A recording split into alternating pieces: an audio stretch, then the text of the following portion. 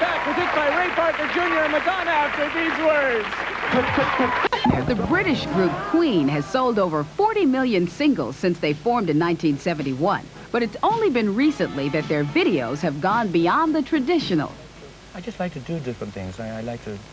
It's like I don't like to stay in one position for too long. And so that comes out in everything. It comes out in my songs and my lyrics, and I just like to try everything once. And I'm not scared of the pitfalls and things. And I'm not worried about saying, my God, this is not my scene, and if it's going to be... I mean, in fact, I love the challenge. I sort of, you know, I love the challenge, and I like doing things that are not part of the mainstream for me.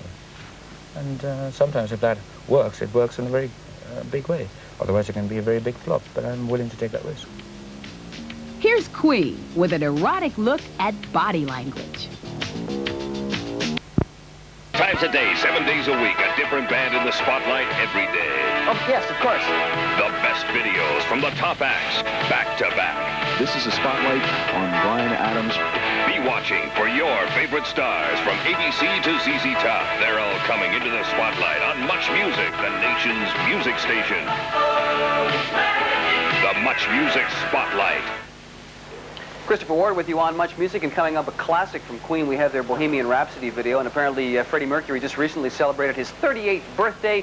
A giant bash was thrown by the company's management, or rather the group's management and their record label. And apparently the highlight of the evening entertainment-wise was some nude women wrestling in jelly. That is entertainment. Yes. Now, there was no word as to whether they had a jam session after that, but I'm sure that they toasted him a few times. Meanwhile, we have Bohemian Rhapsody, we have the Cars, but first, Brian May talks about bringing the disparate personalities in Queen together in the studio. It gets very tense in the studio, you know. It's very, we're four such different people, all writing songs, all wanting to do them in totally different ways, all having different attitudes to everything you could name, really.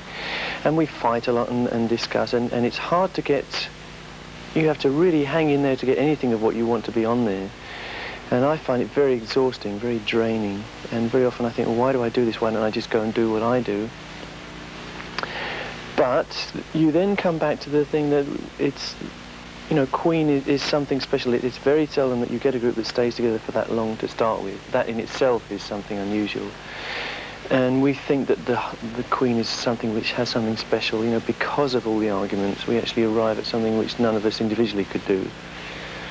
So we think that, you know, our weakness is our strength almost.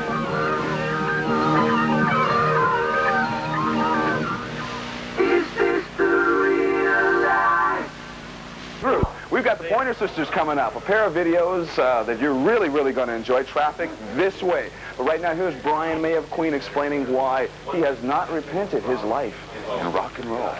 It wasn't what I was brought up to do. I was brought up to be a very straight and staid scientist. You know, I did all the training. I did the full schooling. I did 3 years undergraduate and got a degree. I did 4 years postgraduate research. I taught for a year. So I was all set to go into the scientific or academic community. And then this thing of the group came up. I mean, it had always been there. I'd always been playing, but then the opportunity came up to actually do the thing. And I thought, if I don't do it now, I'm never going to get another chance. And I've never regretted it.